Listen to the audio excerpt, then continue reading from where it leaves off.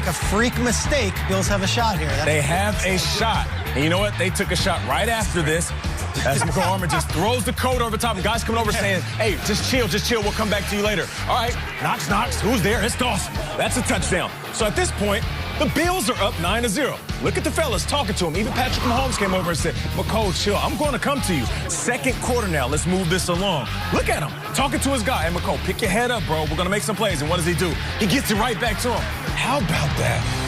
Just think about that for a second. The guy makes one of the biggest mistakes of his football career, and the coach dials him up. Builds the confidence not only in McCall Harmon, but also in that offense. And what do? They give it to him again on the reverse. And check out who's in front. You got Travis Kelce picking it up. Look at the big fellas. Oh, baby. What a run. This right here was 50 yards to the Bills' 32. Hardman loving it. He's feeling it. 4 plays later, who they give it to? Oh, the running back. Yeah, Darrell Williams. Listen, he didn't have a ton of yards, but he ran strong early in the game, and he does the gritty right there. He had 13 rushes, 52 yards. Mahomes is feeling it. Next Chiefs possession. Patrick Mahomes avoids the sack and this throw. You might see it right now and say, Nate, is that a big deal? Look at him. He has Milano draped all over him, and he still gets the ball out. What a play by Patrick Mahomes. And here, they hand the ball off, and who is that? Welcome back to the scene. Clyde Edwards-Helaire does a little robot action dance, pulls himself up by the shoulder pads. Last time he played the Bills, he had a $161 on the ground, and he was an impact in this game. All right, now check this out. You got Josh Allen looking for Stephon Diggs, and that right there was 3rd and 3. They kind of held Diggs in check. You got to give credit to the Chiefs defense. Watch this. This is like if a cat had pads on. He is so quick. Chasing a laser pointer. It's so hard to stop him. What are you going to do? They tried to go man-to-man, and it's really hard to stop him if you're playing man, if you're playing zone, if you blitz. Either way, he's going to kill you. It's a cheetah. It is a, you're right. That makes sense. That's why he goes by cheetah. And check out this underhand pass. We talk about the creativity. Who's going to be more creative in this game? We've seen it, different varieties of this. He underhanded to Travis Kelce was phenomenal. Can we just close the door on him being the best tight end? Nobody's in the conversation. I don't want to hear it anymore. All right, so here we go, trying to make a play. The ball intended for John Brown, and it is intercepted. This kind of puts the game on ice right here. That is Rashad Fitz, and returns it 30 yards. And listen, the Chiefs, they keep going. Who is that? Wide open. Travis Kelce, he sneaks out the back door like a teenager after midnight, and nobody is near him. And he scores. And he scores. And he scores. And that's the reason you sneak out after midnight. That's right, baby. All right, here we go. You see the Chiefs celebrated Patrick Mahomes. It was a really cool feeling just seeing him talk to those fans. All right, fans, be careful what you ask for. I see that Bring On Brady sign. But they're going to give him the confetti shower. All right, but here's the score, 38-24. The Chiefs, once again, they find themselves back-to-back in the Super Bowl. You know what? I want to hear from the game-winning quarterback, Patrick Mahomes. But the job's not finished. We're going to Tampa, and we're trying to run it back. We just got to be ourselves. I trust my guys over anybody, and we're going to go out there and be ourselves and be who we are. Couple times during the season, guys, I was like, why are we talking Steelers? Why are we talking? I mean, don't we all know it's just going to be the Chiefs running it back to the Super Bowl?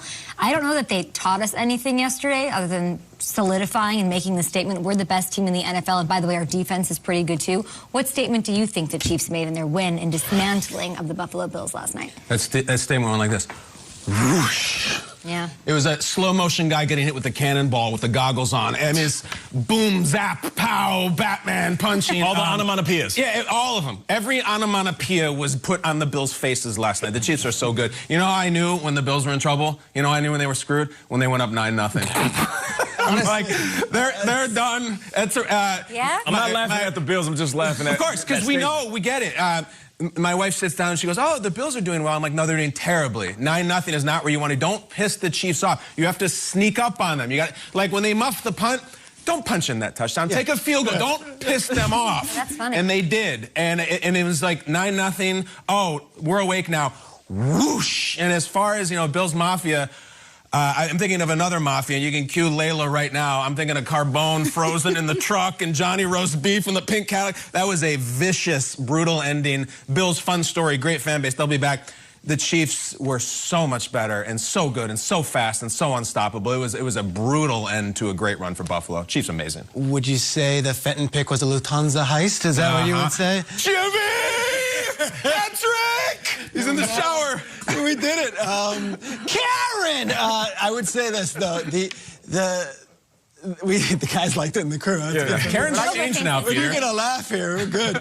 Honestly, we feted Rodgers all year, and he's going to be the MVP. And at NFL Honors, Rodgers is going to have, like, this highlight reel.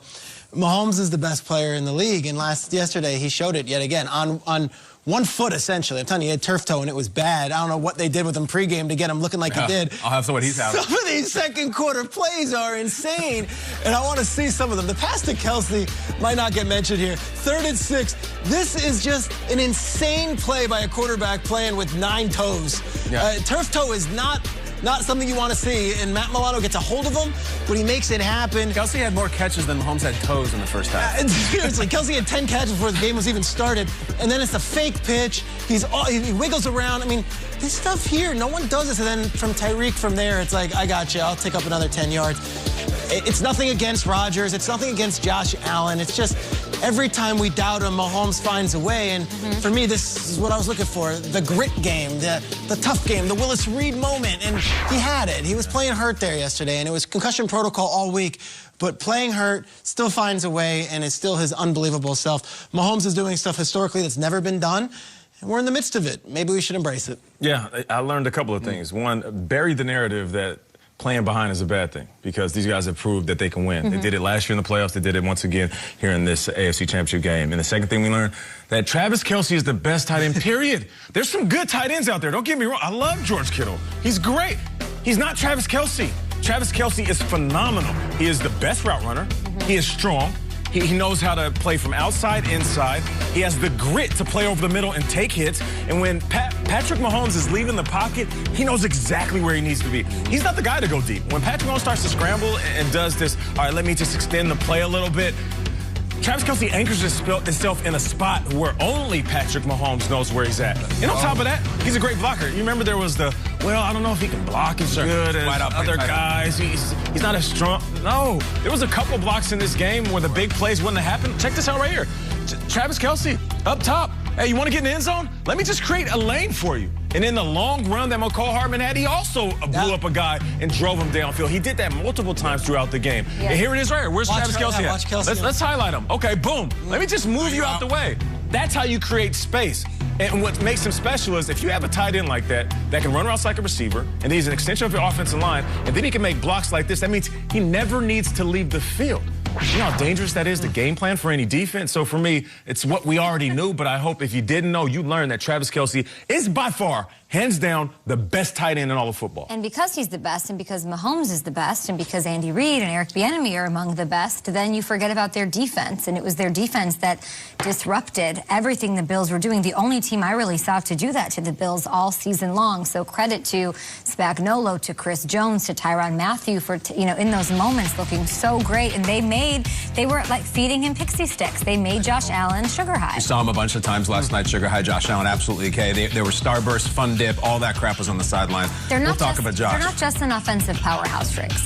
No, I think last week they held the Browns at the moment. They kept them down, and then to Nate's point, if Kelce can put up all those points, all you have to do is hold them to 24, and you're going to win this game. That's what they did. Allen was good yesterday. He was good. He wasn't superstar. I hated what the Bills did on defense, though. Like, the Bills' defensive game plan just to be like, let's make Kelce beat us. Yep. We're not going to give up an 80-yard bomb, so Kelce will just destroy us all game. And it's, Peter, it's what you were talking about last week. It's a cliche, but to pick your poison. Like, the Bills were saying, we're just going to sit back, and no one is beating us over the top. And Kelce's like, all right, I'm going to beat you by